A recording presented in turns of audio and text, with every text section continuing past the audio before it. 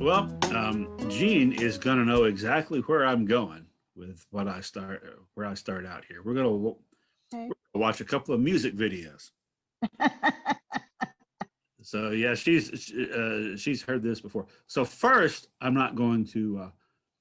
First, I'm going to see if I can just play this song and see if you can recognize it. Hold on a second. So I got it queued up on my phone. So you don't need audio or visuals for this one. Just hope that this will come through. Can you hear that? Yes.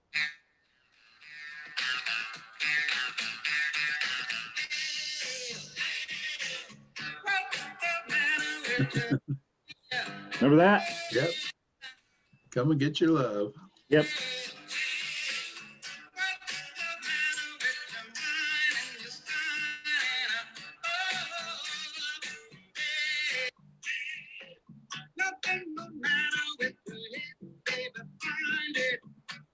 $1973. I'm waiting for them to actually get into the chorus.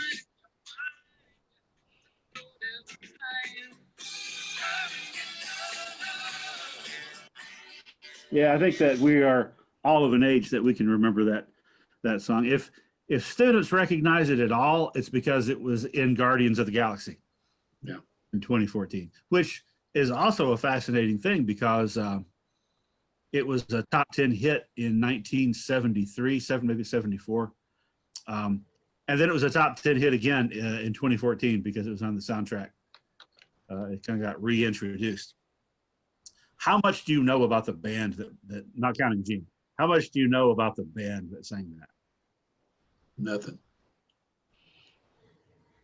All right. Well, here's where I'm going to set it up, and we're going to actually watch that band performing that song on the Midnight Special.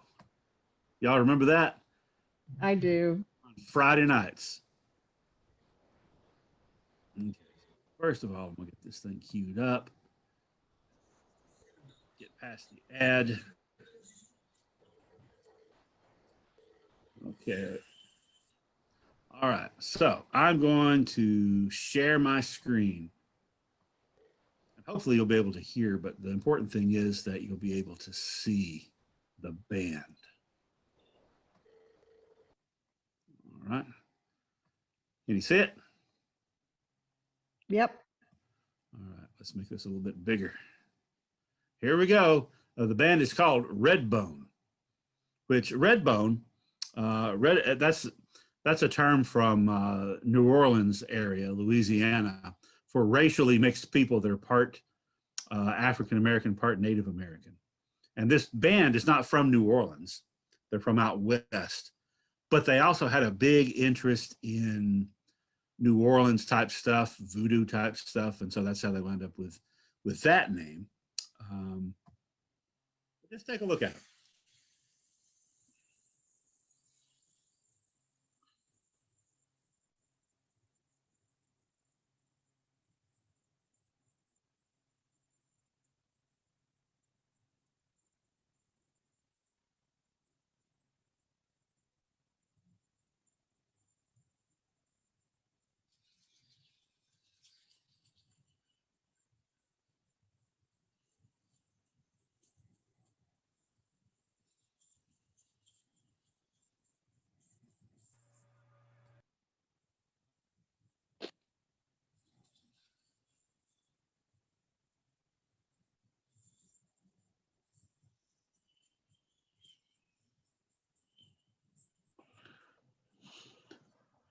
I don't know if we're supposed to be able to hear anything, but It's in I'm not slow hearing mo.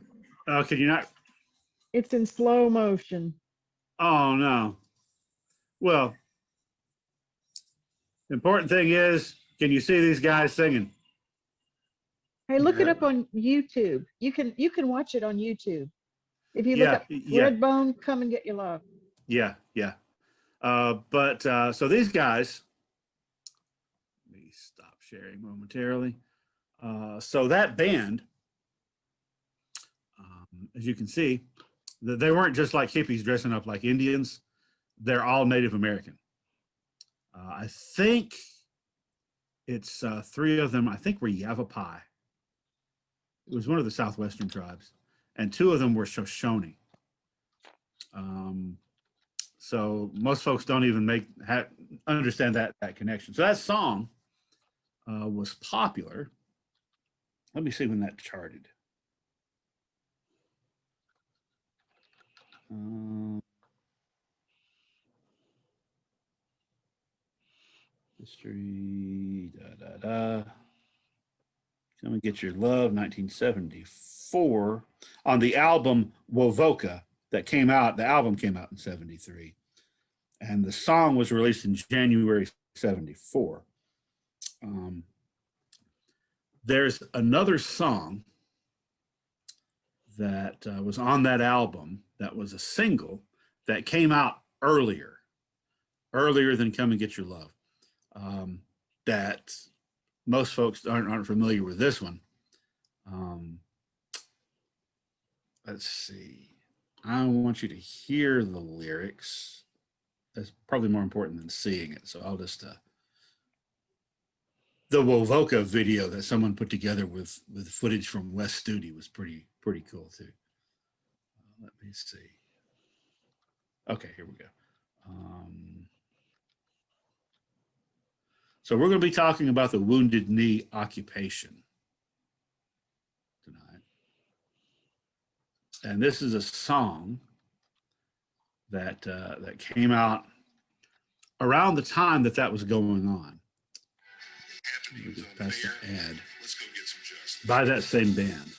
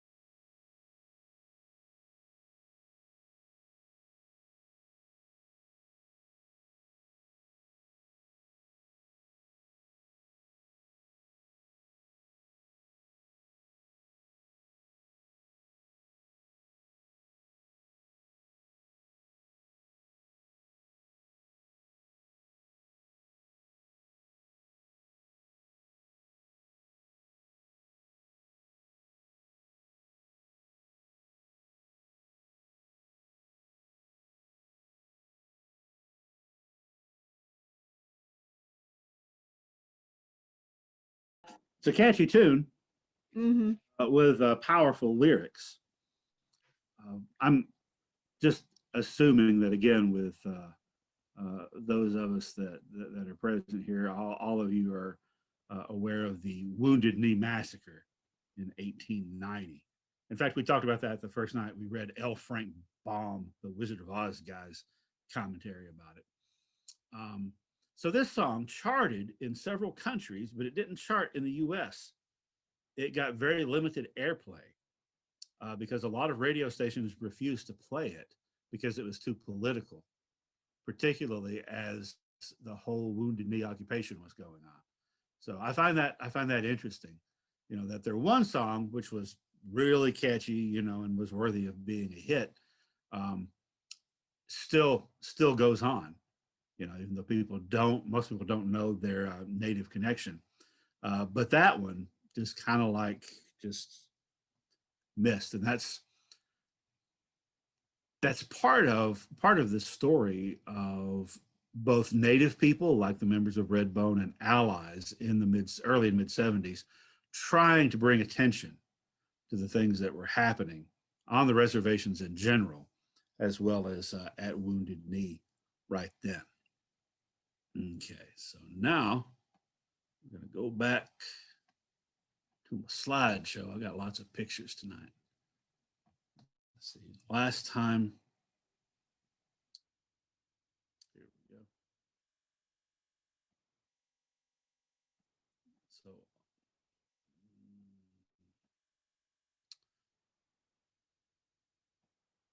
share screen. That's what we have. All right, so we had stopped last time. We talked about Alcatraz and the occupation of Alcatraz, and then we talked about the sad and untimely demise of Richard Oakes, who was one of the more prominent Indian activists at Alcatraz, and the fact that he had been in the process of trying to put together this cross-country sort of exodus to wind up in Washington.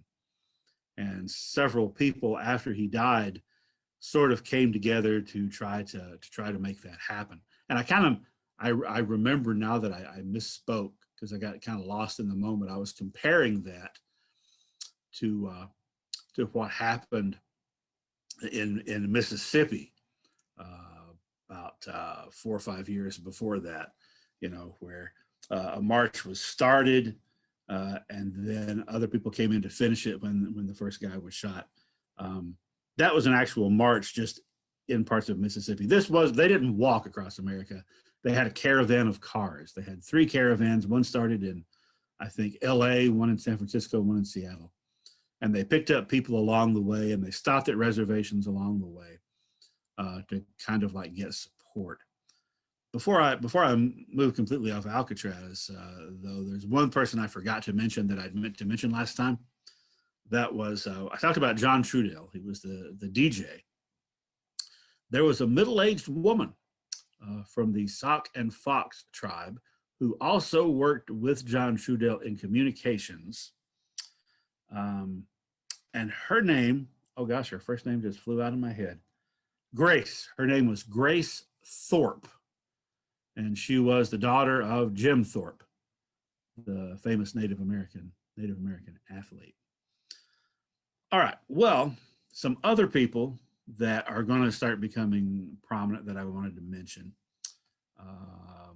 Start with this guy. I've actually mentioned him, but I didn't have a picture before. Definitely he needs a mention. Hank Adams. I think he just passed away a few years ago. Hank Adams was a Assiniboine, also known as Nakota. There are basically three related large nations. There's the Lakota, Dakota, and Nakota. Kota means relatives or family. And then they're each subdivided. So they're related to they're Sioux. But he wound up being an activist on the Pacific, in the Pacific Northwest. He was there, that National Indian Youth Council that we talked about that started in the early 60s. He was in on that from the beginning. And then he just sort of carved out a niche for himself in the early 60s with those fishing rights things that were going on, particularly in the state of Washington. I think I mentioned before, Washington was particularly egregious when it came to violating Native people's fishing rights.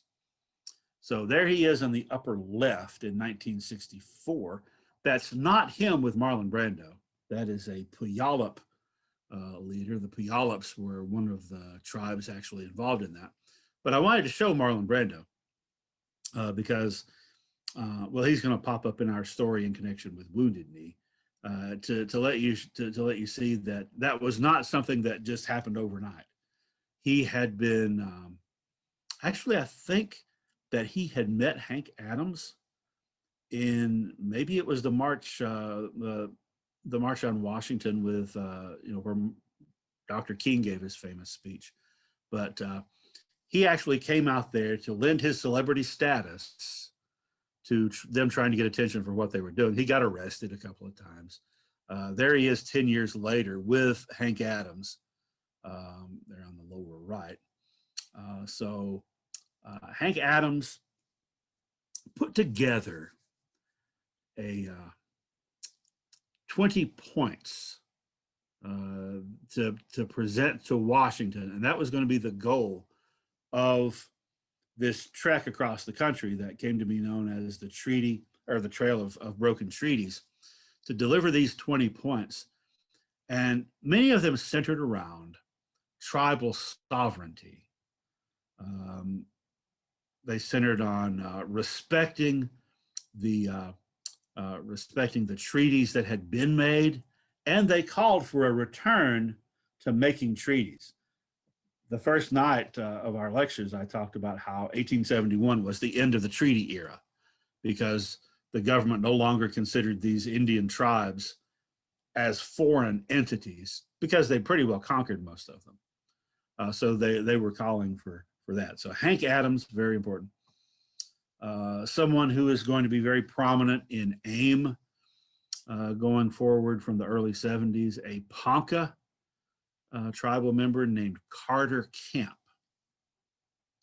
So he wasn't there right from the outset in 1968, but he joined not long after. So they take this journey across the country, and they arrive. It was kind of planned, and it was kind of organized, and it was kind of ad hoc at the same time. It was kind of loosely organized. They had a point man in Washington that was supposed to be setting everything up, and he didn't do a very good job of it. People got there and they didn't have a place to stay.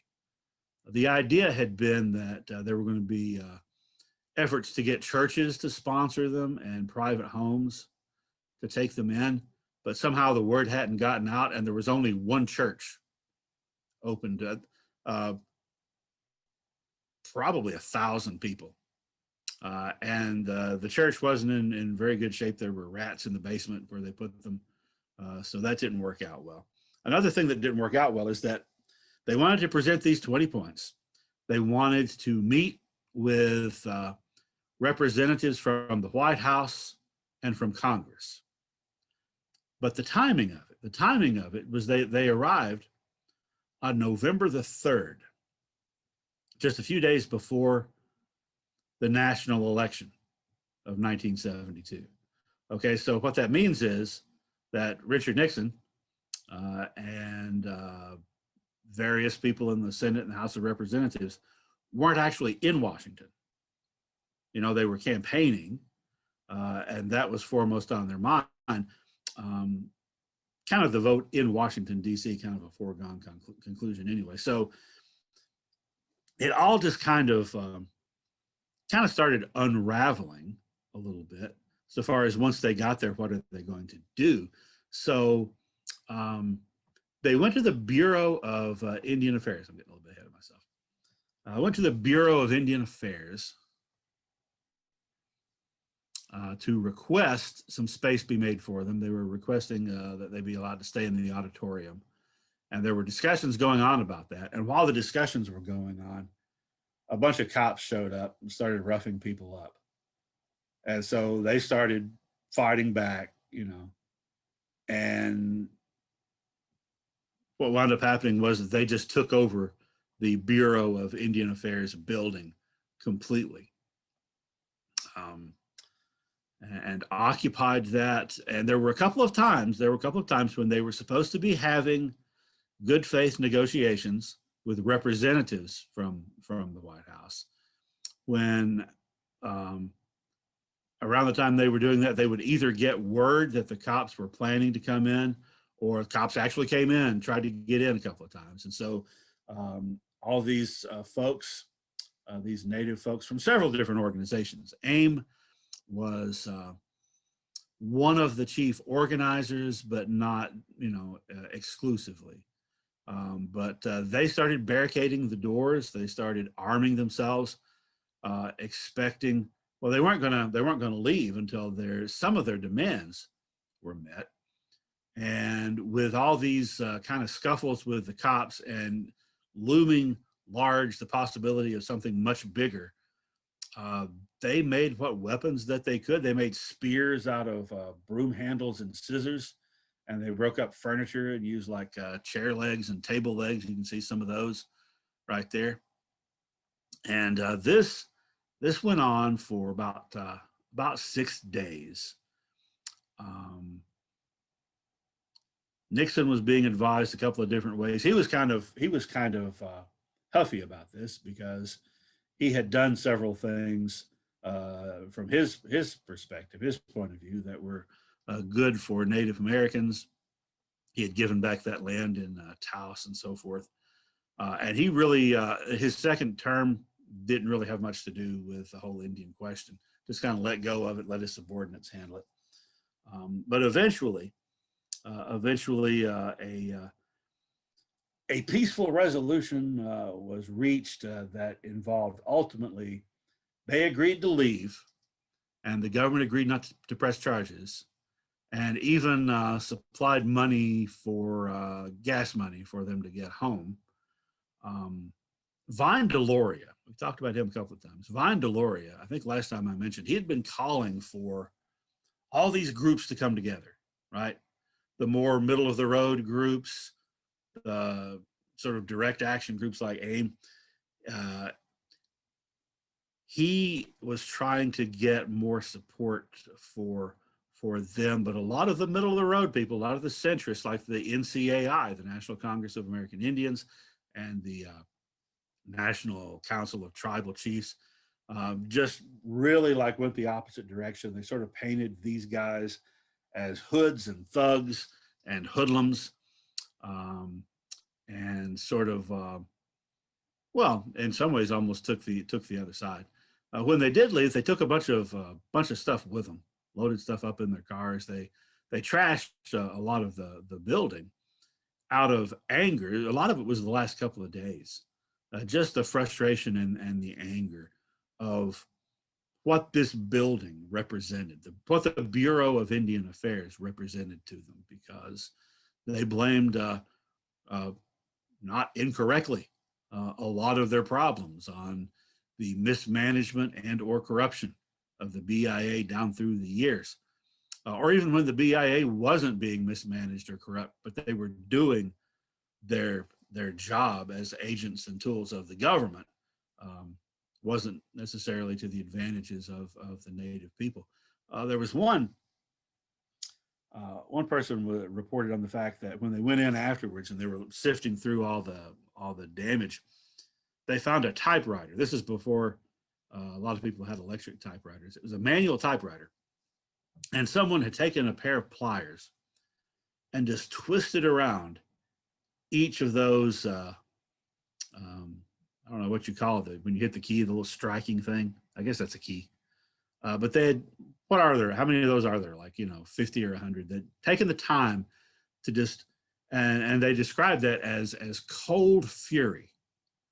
That was emblematic of how deeply their anger was running. Now, there were people that were just smashing stuff, and there were other people that were just taking the time to take this out. And when they left and they headed home,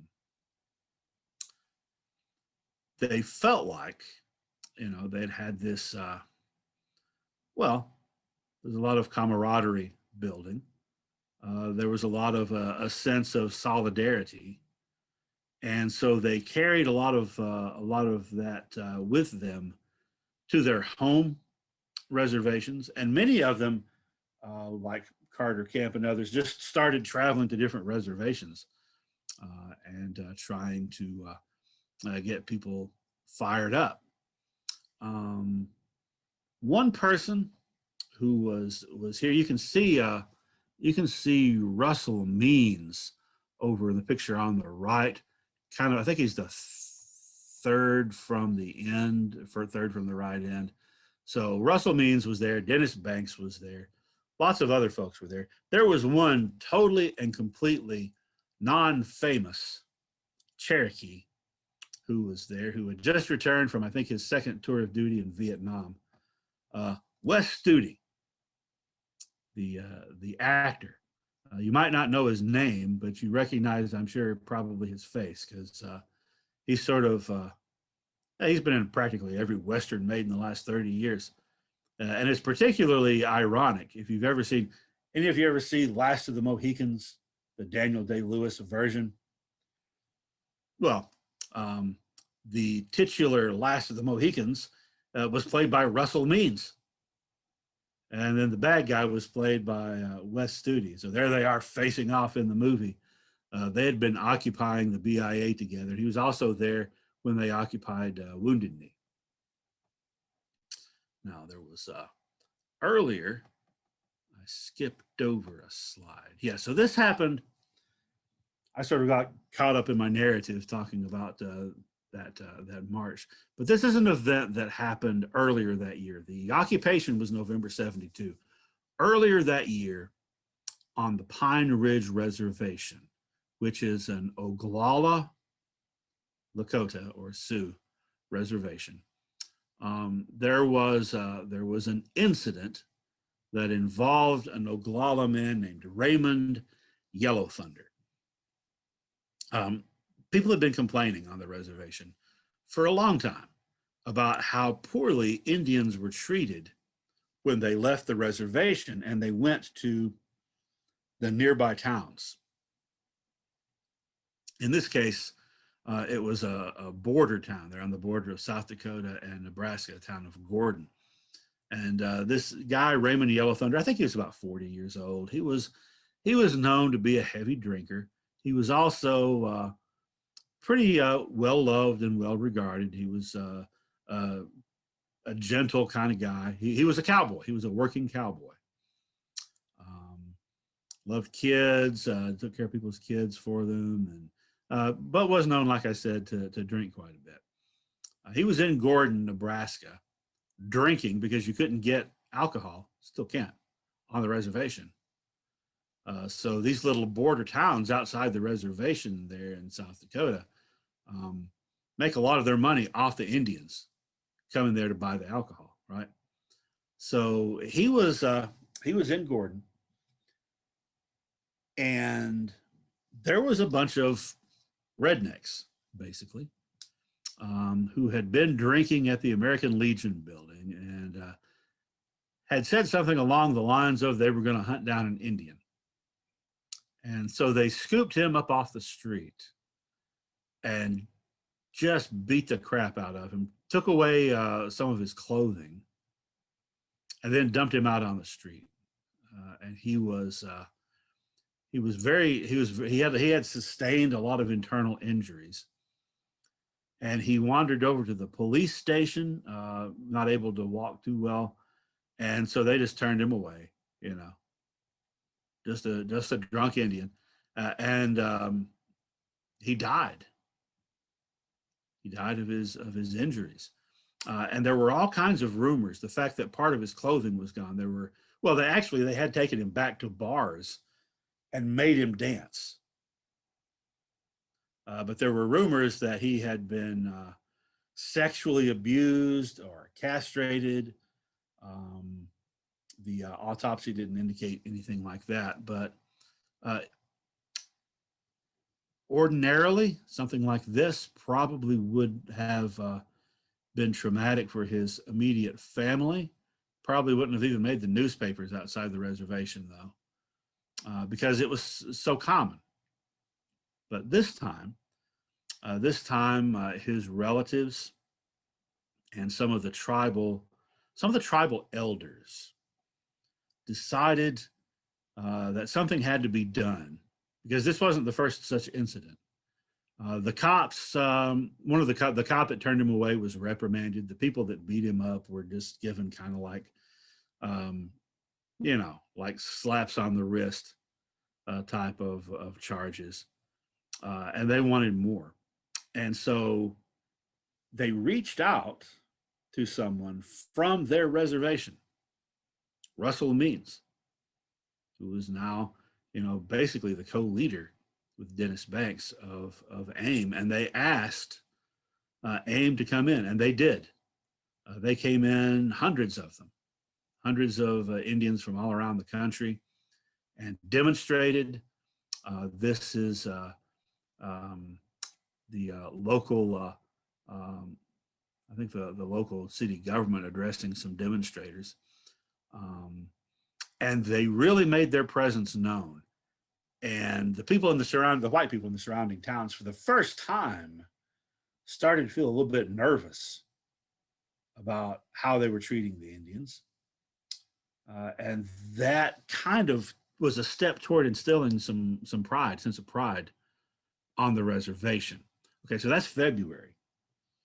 Then November, the BIA occupation happens, and AIM came out of that, which was several different organizations working together. They came out of that being the most high profile. And they were especially high profile now back on Pine Ridge. They'd established a chapter of AIM at the Pine Ridge Reservation when they came and were protesting the Raymond Yellow Thunder situation. And now with the BIA occupation over, everybody's heading home. A lot of folks from Pine Ridge had been at Washington. They're coming home. A lot of people who weren't from that reservation came to that reservation or were passing through, and they had issues with the tribal government.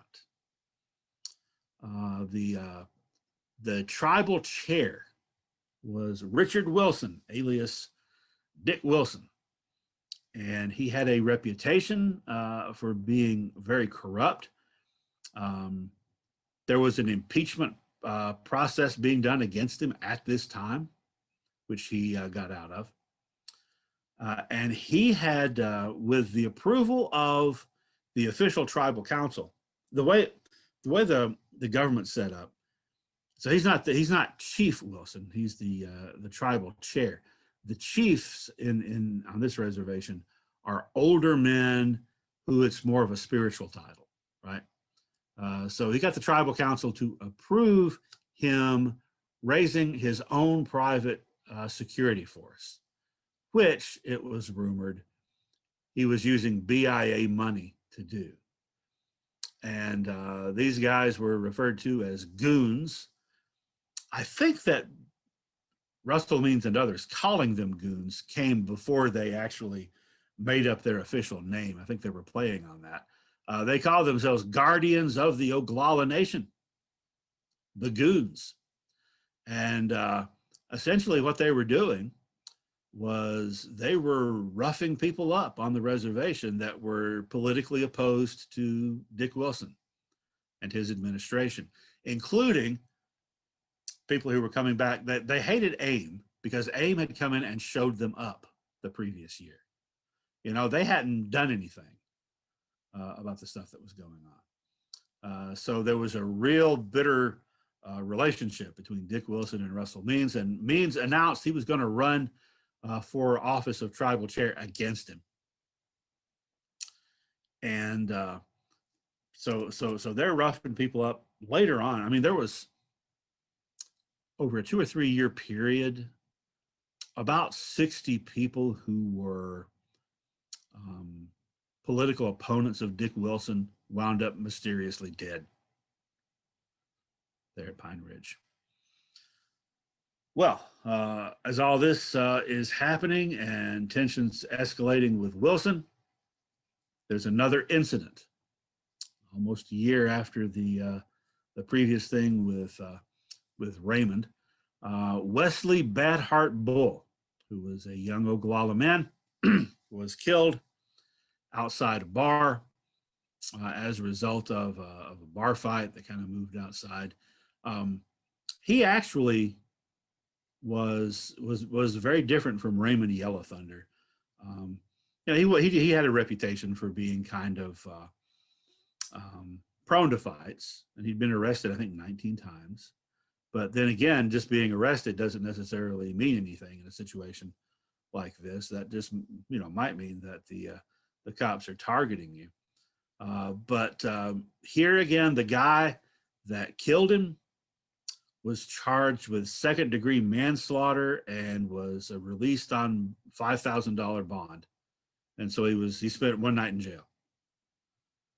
And Again, the tribal government didn't seem inclined to do anything. They seemed to be, well, they were getting money from the federal government and the BIA. So again, the older people in the tribe sent out the call to AIM, and AIM showed up. They showed up in even bigger numbers this time, and were protesting the courthouse where this guy's arraignment was being done. This was in February of 1973. It was in between two blizzards, so it was really snowy. The cops would only let 5 people come into the courtroom from the assembled Native Americans, and everyone else had to stay outside in the snow. And by the way, this was the county seat. This was the Custer Courthouse there in South Dakota, about 50 miles from Grand Rapids. So tensions are high, scuffles begin, and it breaks into just an all-out fight. The cops are beating the crap out of people. People are fighting back. There was some footage of one cop with his nightstick choking an old lady who turned out to be the mother of Wesley Badheart Bull. The protesters set fire to a couple of cop cars, burned down a building, and eventually several people were arrested. They were let out not long after. Dennis Banks escaped by jumping out a window, and he came in to negotiate the release of the others. So that was all still kind of up in the air, what was going to happen about that.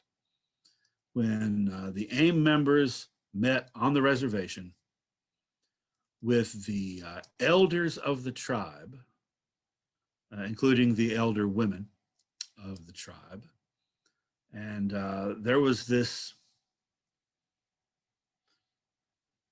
coming together between these young guys, most of whom came from urban backgrounds. Most of them hadn't grown up on the reservation. Their families had been relocated, right? They had grown up in cities. They didn't have the closely taught connection to their culture that they otherwise would have had, and that they wanted, and that they wished they had had. So you've got these guys knowing about organizing things, knowing about press releases and all that stuff. And they're coming together with the old medicine men and the old tribal chiefs, who regard them in a way as sort of a modern military society, which is what the tribes would have, like the dog soldiers. And so this imbued a sense of culture and spirituality into their movement. So one guy in particular, the oldest of the chiefs, Frank Foolscrow, a nephew of Black Elk. Black Elk, I mentioned him before. Some of you were familiar with Black Elk. He was a medicine man in the early 20th century who was interviewed at length, and a book came out about his teachings called Black Elk Speaks, which had taken hold among the younger generation in the late 60s, early 70s. But what's really cool about Frank Foolscrow, this is 1973, so he was 83 years old. He was born in 1890, the same year that the first massacre of Wounded Knee took place, and he was there as an infant. That just boggles the mind, that sort of closing of the circle in a way. So he actually, he traveled to New York City with an interpreter. He never spoke English, although he understood it, but he refused to speak it. So he traveled and met with various dignitaries. Also, Wallace Black Elk, another nephew, he would have been Frank Foolscrow's cousin. He was one of these leaders. younger guy who was a spiritual leader to the AIM members was this guy there from Pine Ridge, Leonard Crow Dog. Remember we talked about the Crow Dog case in the 1880s? This is his great-great-grandson. So it's just like the irony and everything is, and almost like the fate is just layered, it seems. Important not to neglect the powerful role that women had on Pine Ridge Reservation and in AIM and in Native culture in general. In fact, about 60% of the members of NCAI were women. Here are three women in particular, who were representing the elders, representing the women of the tribe at this meeting that the AIM leaders had with the chiefs. Ellen Moosecamp, Gladys Bissonette, and Agnes Lamont, whom I couldn't find a photo for. And of course, there's the AIM big three there with Banks, Means, and Belcourt. So several of the older chiefs and these three ladies in particular urged AIM to take direct action and to seize Wounded Knee, which was a little hamlet, about 100 people, I think, lived there. There was a trading post owned by some white people who had bought that land as a result of allotment their family had, their ancestors had. And there was a little, well, they called it a museum. It was kind of like a little gift shop.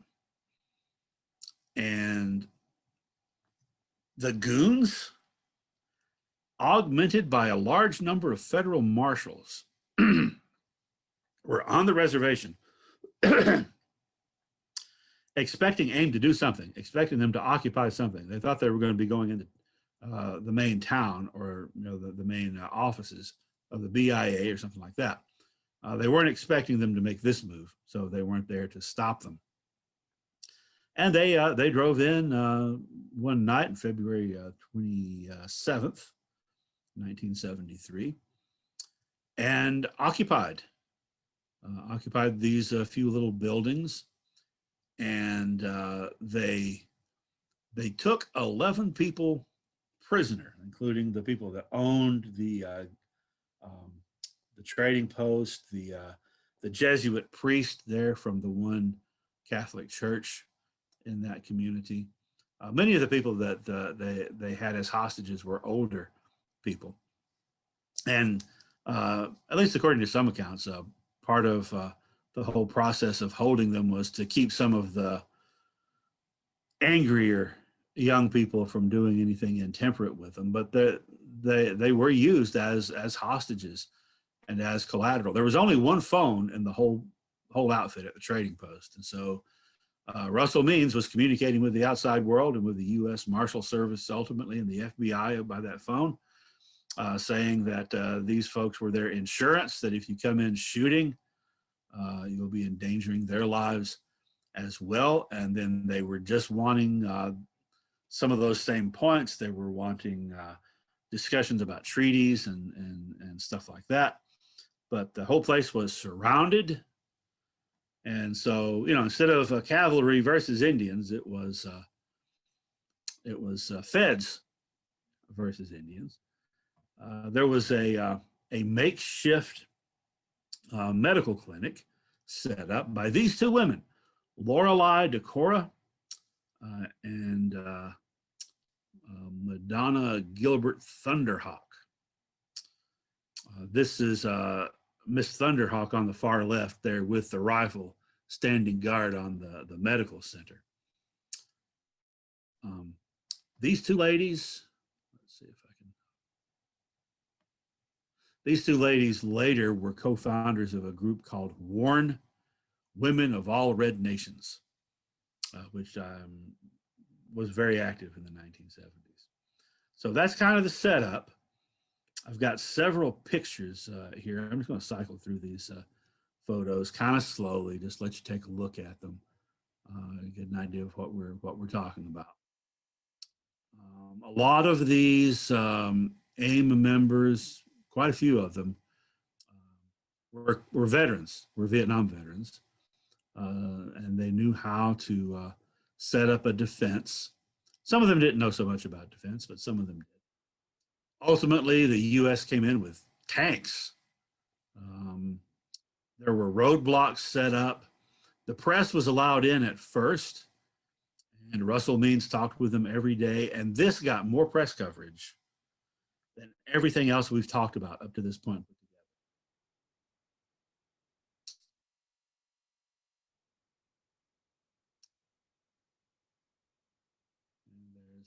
There's Means and Banks looking defiant. There's Carter Camp on the far right. In fact, from right to left, that's Carter Camp, Russell Means, Dennis Banks, and Clyde Belcourt.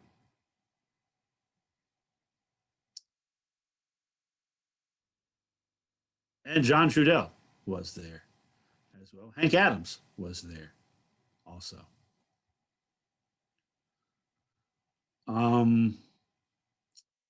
There was shooting that went on. This whole thing lasted for 10 weeks. There was one federal marshal, Lloyd Grimm, who was shot and paralyzed permanently. There were two AIM members who were killed. Frank Clearwater, who was from North Carolina, he was Eastern Cherokee. He was killed, and Buddy Lamont, who was from right there on Pine Ridge. In fact, that's kind of what took a little of the spirit out of the resistors. There's a guy named Ray Robinson, who had been active, African-American guy who had been active in the civil rights movement. He just came to lend his support, but he counseled against the sort of what he considered intemperate moves and violence. And some people thought that he was a spy, and he just mysteriously disappeared.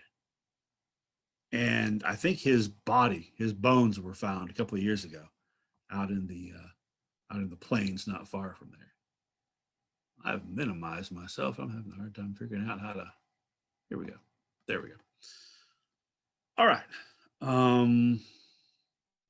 After Buddy was killed, the second person to die. A bunch of people got wounded, injured. Finally, the Oglala people who had called in AIM actually asked that that they give up, and so they did. They were given, they were promised amnesty, so they came out, having been promised amnesty. And Dennis Banks and Russell Means were promptly arrested for inciting a riot at the courthouse and went to prison.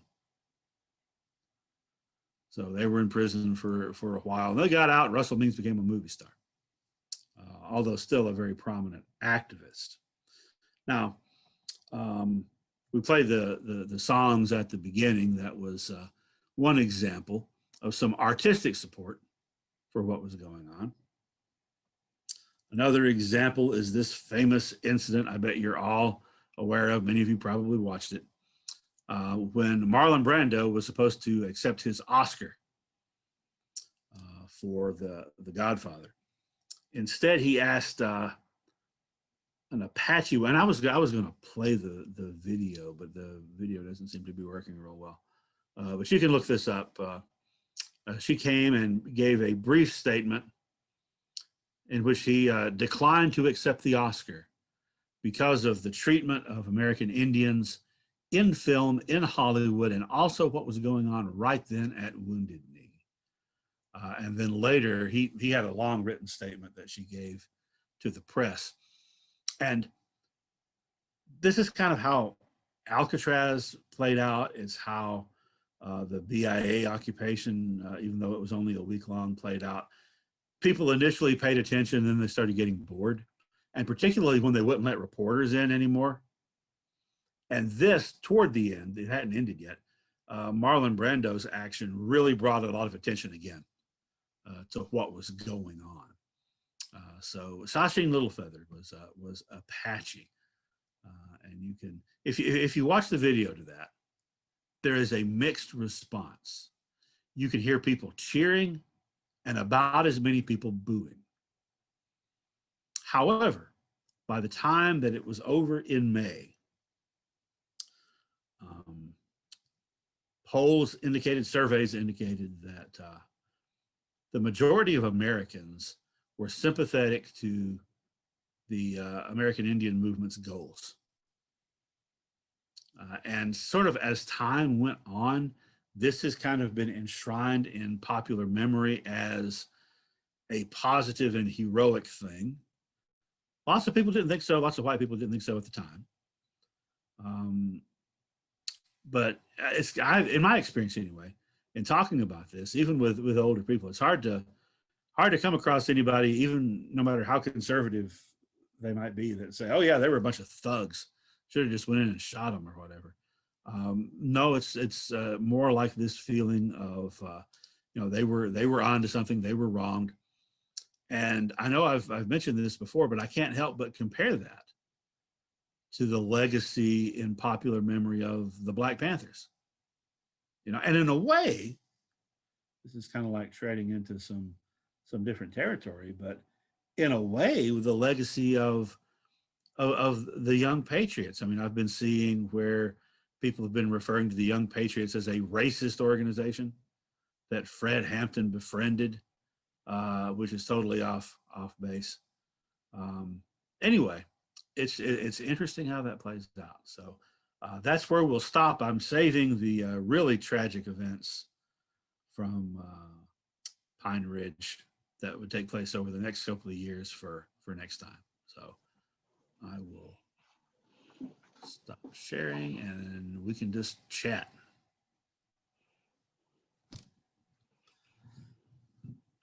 How did they justify sending in the U.S. Army against U.S. citizens? Oh, they had a special federal task force that was the equivalent of the Green Berets in the military, specifically trained to go into any kind of groups of radicals doing stuff by 1973 that could only be authorized by the president or the attorney general. And I think that they were eager to use their toys, as is often the case. Now, there were people advising Nixon to not let the same thing happen that happened at the BIA with those incursions of the cops, because there was the threat of it turning into another Wounded Knee, right? That if shooting started, the Indians would be on the bad side of it, and then the government would be on the bad side in the public eye. So they were urged to show restraint, but there was still this standoff, and there were snipers. Those two Indians who were killed by snipers. One of them while he was sleeping on the church floor.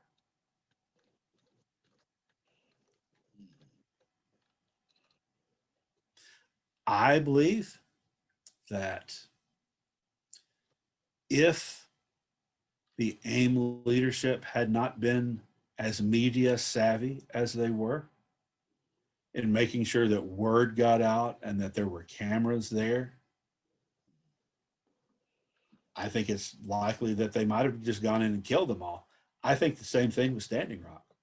I think that it's a minor miracle, and it's thanks in large part to social media and those early protesters getting stuff out on Twitter and Facebook when the news media wouldn't cover it, may have saved some lives, because I think they would have.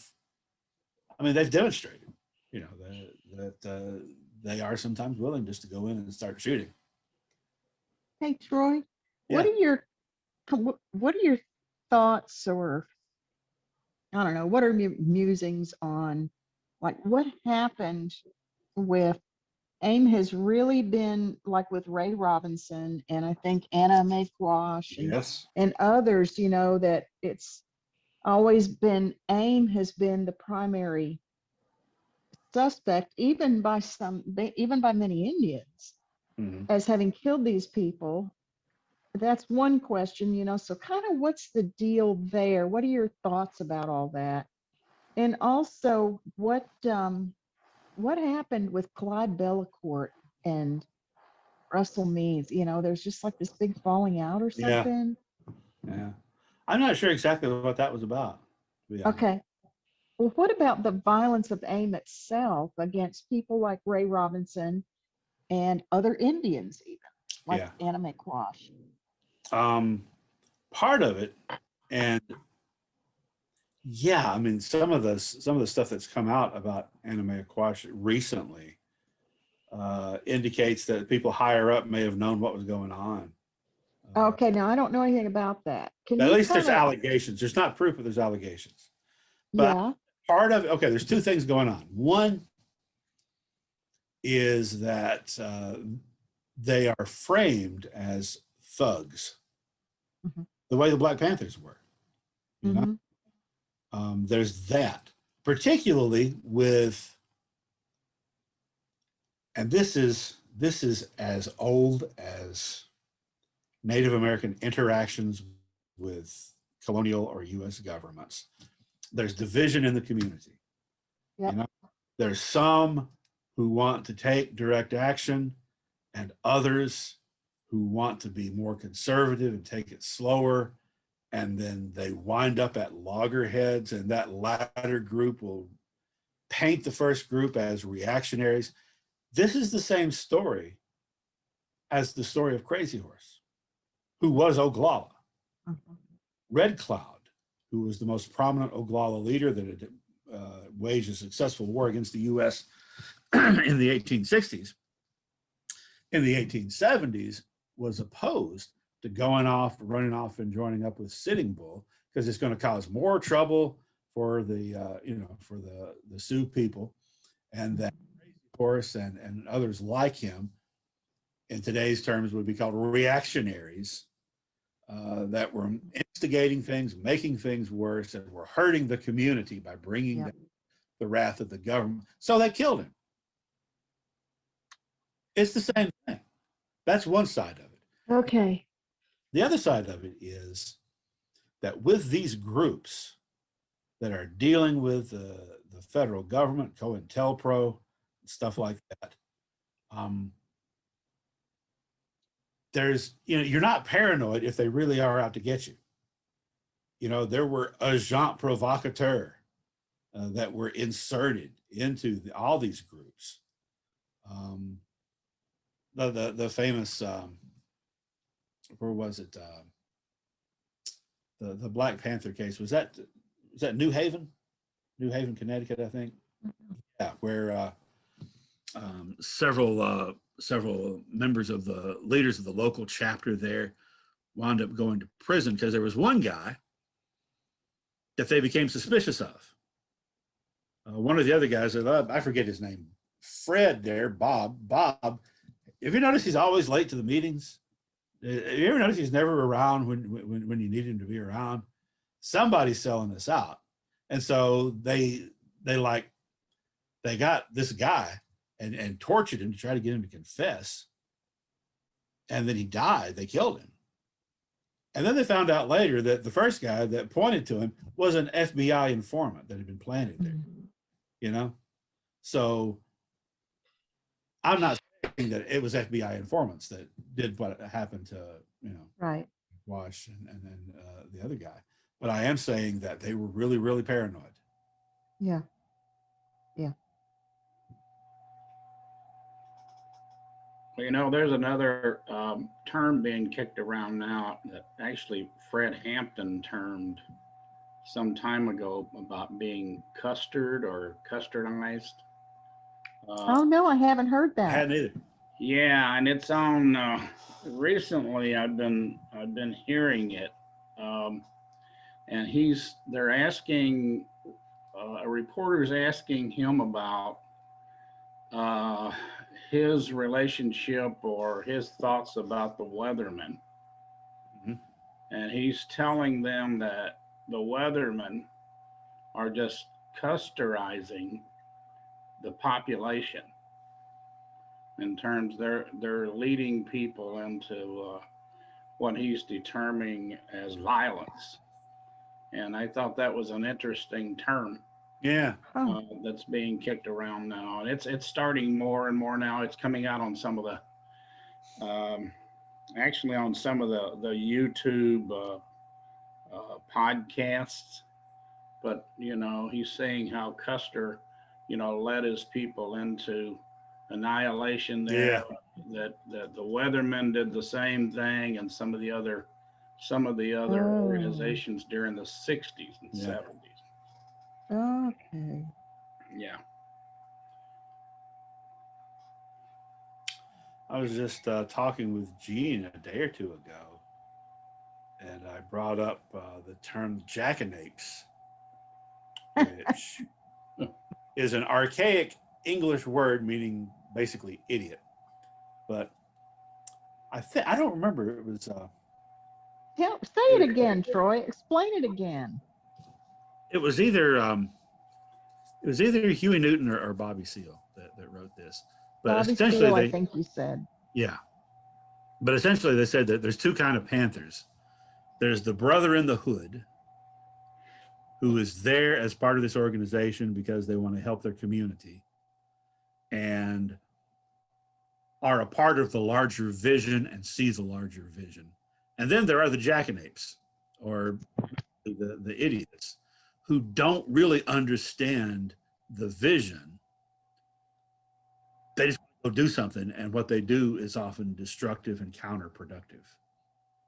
And the example that he used was that there had been a couple of Black Panthers in Detroit that had been dropping off the Panthers newsletter, and they were in a pickup truck that said Black Panthers on it, and they left the truck idling while they went in and robbed a liquor store. And you know, that's not helpful. Essentially, I think that's kind of a similar idea. Well, you know, Effective that was. Look how effective the FBI was at making it seem like that's all there was. I know I've talked about this before, but it still ticks me off. That PBS documentary about the Black Panthers a year or two ago, I guess it's 2 years ago, maybe Yeah. it's longer now. They never said anything about their ideology, never said anything about their Marxist ideology at all. And it was a 2-hour documentary. They mostly focused on gun battles. Yeah. And Yeah. that is. Okay, That's so I just- got to ask that's you funny. about that too. Got to ask you about Marxism and the Black Panther version of Marxism. Can you talk about that a little bit? I don't know how qualified I am to talk about it, but if you listen to Fred Hampton's speeches, especially that last speech that he gave, Uh-huh. you know, where he said, "If you're not fighting for the revolution," Exactly. I know the one you're talking about. Yeah. Okay. But now did I they don't know actually, how much Marxism there was with the native population because they were more Right. tribal nationalists. Yeah, yeah. Did the Black Panthers actually quote and really refer to Karl Marx? Or is that just kind of the doctrine that they Oh, there were lots of references to Marx and others. okay. It shouldn't be hard to find, Yeah, yeah, unless you're watching that documentary. yeah. And I'm not. What's her name? Becky from PBS got mad. Yeah, she didn't like that. No, She you were didn't there, like weren't you? that. Yeah. No. But they made up for it. They made up for it when they showed the Young Patriots or the Rainbow Coalition. That Yeah, one was yeah, more but accurate. still. She Yeah, didn't but they like that. weren't intending to make up for it, Troy. Yeah, I know. I know. now That wasn't the point. which documentary are you talking about? It was called. I think it was called The Black Panthers. It was made by PBS. Yeah. Or Independent Lens, maybe. Maybe it's longer ago than I thought because Wally was still working. I don't think it History was more department. than 3 years ago. Maybe he came out of retirement to come talk about it. But he and I both remarked on that. And it really showed, they were showing the popular perception of what the Black Panthers were. Yes. Yeah, And I exactly. noticed around that same time, it was Bobby Seale's birthday, and they had a piece about him on CBS Sunday morning that was like 15 minutes long, talked about the Black Panthers, didn't talk about their ideology at all. So anyway, that's Mhm. frustrating. So I was at this, I was on this panel on the local PBS station, and I don't even remember, something about race. I don't remember what we were talking about. I don't remember how I got off on complaining about this documentary, but it's easy for me to do. So I said some harsh words. I didn't realize that the the PBS person was there in the front row. I take exception to that. I'm like, they had 2 hours and they never even mentioned it. And they said, well, they can't do every little thing. I'm like, that's their main thing. That's a big thing. Yeah. Yeah, just look at their point program, that they Yeah. have. Yeah. That'll point it out right there. Jean has this exercise that she does in class that I've helped her with a couple of times that is so awesome. It's basic U.S. history, like modern U.S. history. And she has them break up into groups and gives them reading material about the young Panthers, lords, the Black young Panthers, lords, and the young patriots. and AIM. When I was there, Yeah, but I kind of cut that out. did you cut It that just out? didn't fit. It didn't fit Yeah. in. But yeah, we do the different at the three Yeah. big groups. And what they do is they read about these groups, and then they each have to come up with a manifesto. And then representatives from all the groups come together to find a common manifesto that will have something that will address all of them, which I think is great. Yeah. It is. Which It is, goes better when you're there. yeah, I guess it's kind of what we did with the Panthers, We came up with a common manifesto, point program, and figured it out from there, But even now, we're trying to track down some patriots that we think were imposters. We've got some pictures. I sent it out to a bunch of people too, and nobody knows who they are. But they're dressed with the with the Young Patriot vest with the Rainbow Coalition symbol on the back, Young Patriots, and actually meeting with Bobby Rush. Who, Did you know them, Hi? Had you ever met them? No, and we're still trying to find out. As a matter of fact, they were riding motorcycles, and we never rode motorcycles, or so we're still trying to find out who they are. We knew that at that time there were imposters around, but we never could really find them. Were they in Chicago? Were they? Yeah, Chicago. And I'm sure that that happens a lot in any organization, and it happened, I'm sure, with the American Indian movement. It's very easy to be an imposter, and I believe there was a false article written about us, and they mentioned the Young Patriots, and I think that's who they're talking about in that article, are these imposters, being arrested, because none of us were arrested, but it was only we could never find a record of them being arrested either. So they were trying to link us to a bomb. They were trying to link us to a map that they found at a training session on anarchy. And they mentioned that the Young Patriots were there, and the El Rukins and a bunch of other gangs. And, the youngest was 11 years old. We were teaching anarchy, and they ran across this map that said, it's got an X marked on it at a building downtown Chicago, where a month before that they had found a bomb, and the article itself that appeared in the Chicago Tribune has no name of anyone that wrote it, and no date that it's been written. And Tribune said they didn't know anything about it, who it was, so we believe it's one of the articles written by the FBI. Yeah. So that happened to a lot of organizations, and especially if there's no arrest record of these people being arrested. no arrest record. And it's, it's happening. It was happening to the, American Indian movement, and the Black Panthers, and any other organization. I'm sure it was happening at Standing Rock. Oh, sure. But yeah, all kinds of good stuff coming out now. We're finding in these FBI files.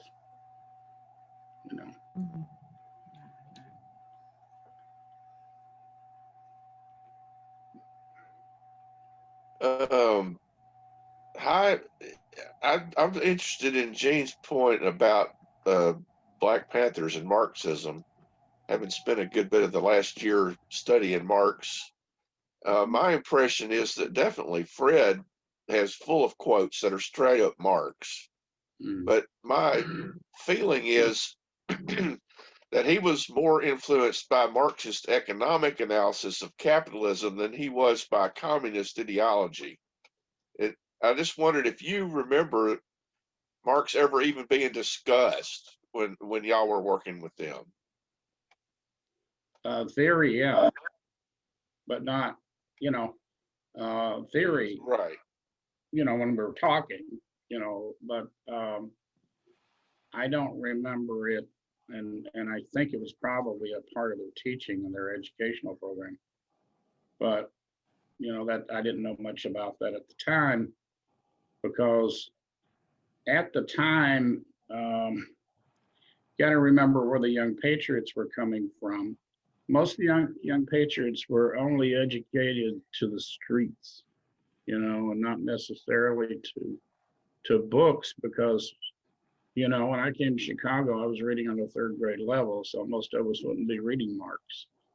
But we would hear about Marx from, maybe some SDS people or other people, and we could identify with socialism for sure. So I don't remember them pointedly discussing it with us at all.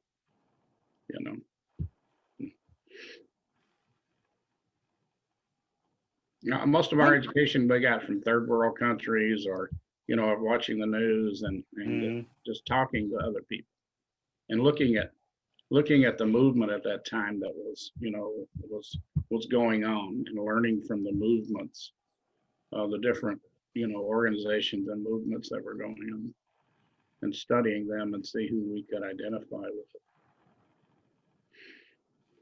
I really know nothing about Marx and that ideology. It's something I really need to look at. I'm just kind of scanning through some articles and things here now, but this is something I'm really ignorant on. Learning about Marx is, at least to get started, is a pretty major commitment of time and energy, because the man was encyclopedically brilliant economist.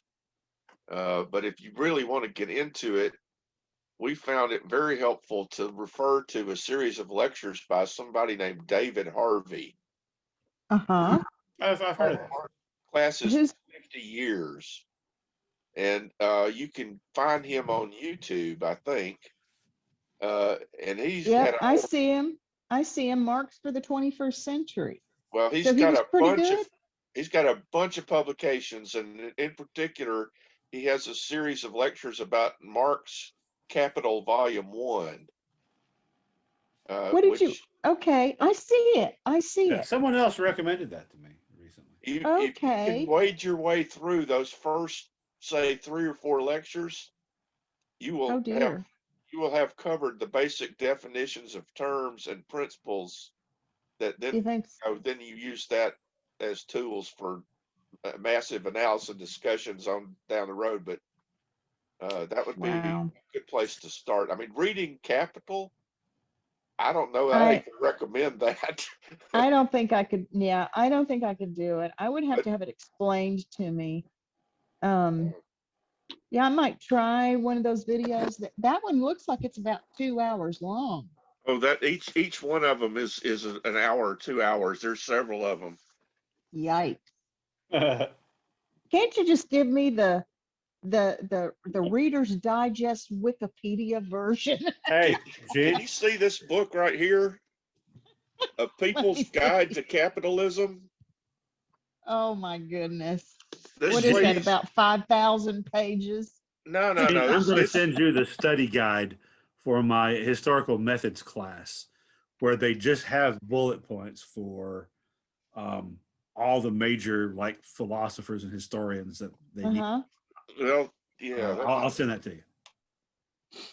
So he's different than communism, right? No, I mean, I'm sorry, socialism. What's the difference in socialism and I'm getting to where we don't need to be, but when I when was you just guys thinking start about talking about how this stuff, it makes me think about, well, wait a minute, what about socialism and Marxism? You know, how are they different? How are they the same? And I don't know enough to wade into those waters. And I want to be spoon fed it. I don't want to work for it. Let me just say that.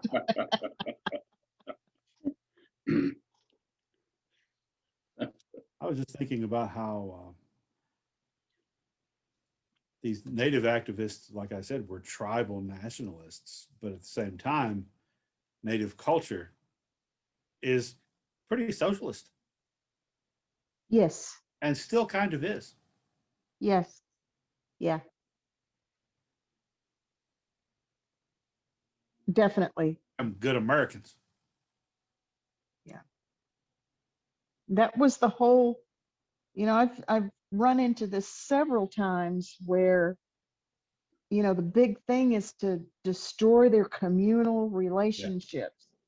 Get them into independent families. That's what's going to make them like Private us. property. That's what's going to make them American. And I was, gosh, I've run into it several times. I think most recently reading about the potlatch in some of the Pacific Northwest tribes, and policy is really hammering on that because by giving things away, they're not being, I don't know if it's democratic or entrepreneurial or something. It's like, oh my God, I can't, it's just flat out there. It's so clear. And anything that was sharing of resources and combining together, If everyone is policy combining was their to stop resources it. together, then I, as the outside capitalist, can't get. Exactly. But if they're all broken up independently, I can. Yes. Yeah, exactly. Exactly.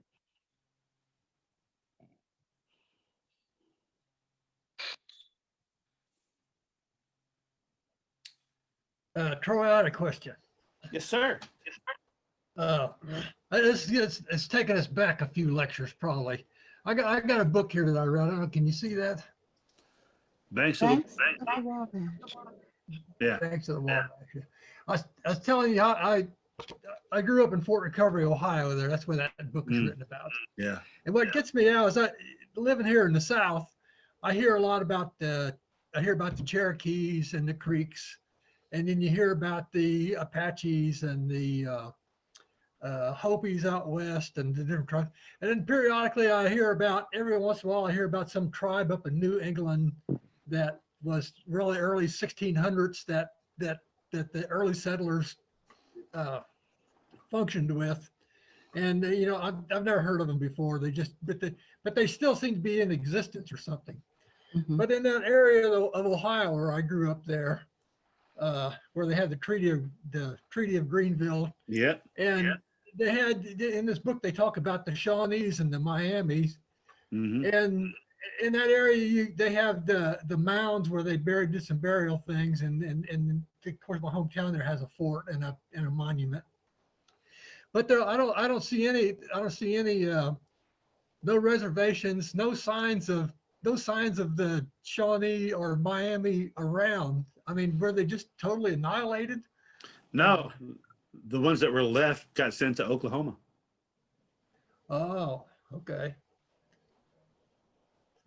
But normally you see people when you take over some place, they intermarry, and then you see things like that, and you just don't. Of course, the area where I grew up there, where they had the massacre there, I mean, all the names you see, they call it the Pioneer Cemetery, which is a kind of a misnomer. but you see names like McDonald and different things, all English and Scottish names. And then years later, everybody around there now has a German name. I mean, the German immigrants came in afterwards and Right. settled the whole place. And there's just hardly any Indian history or none of it's there anymore. Just Yeah. completely Same thing gone. in Illinois. Yeah. Yeah. You know, I watched a documentary a few nights ago called Dawnland. Heard about that. I haven't seen it. It's very good. And I mean, what surprised me so much is that it was all about natives in Maine and all these tribes, you know, Penobscot and stuff like that, that you think of, like what Mike was just saying, back to 1600s. But it was very good, and it is the state of Maine's, and it is the efforts to really do some reconciliation with removal of Indian children. And the tribes up there are still very much in existence. Now, I don't know if they're actually existed federally, but the connections and the people are still there, and the recent history is still there of removing these folks. And I thought it was very interesting, coming out of a place that I thought, no, there's no Indians in Maine anymore, but there very much are. There's a Narragansett community on Martha's Vineyard. Wow. Yeah, you wouldn't think that for sure. I wrote a short story. Actually, there's been 2 anthologies that they've put together of Lone Ranger stories, and I was asked to contribute. And I wasn't sure how to handle Tonto. A little problematic, so I just had him on vacation with my first one. But then they asked me to do another one, and I'm like, well, I can't avoid Tonto forever. So they also asked me to write the introduction to the second one. And the first one, the introduction, was done by Clayton Moore's daughter, and it talked all about the sort of the evolution of the Lone Ranger as a character. So I decided to write the introduction about Tonto and make my short story centered on Tonto. And going back to the original radio program, Tonto was supposed to be Potawatomi. Where are Potawatomi from? Well, they were from all over the place because they kept getting moved. And so my story was kind of a story of his people and him going on a spiritual journey to his ancestral homeland he had never seen in the Great Lakes. So they started in the Great Lakes region in Wisconsin, and then they got moved down to Arkansas. Then they got moved down to Oklahoma, and then they just got tired of dealing with it, and they just moved themselves down to Texas. That's why a Potawatomi who were from Wisconsin would meet a Texas Ranger. So they're just like went all the way from top to bottom of the U.S. over a period of just about 2 generations. Wow. Okay, thanks so much, folks. I'll see y'all next week. I appreciate it. See y'all next time. Yeah. Thank you all very much for having me. Thanks, Troy. Thank you, Troy. Yeah. Take care. See you next time. Good night.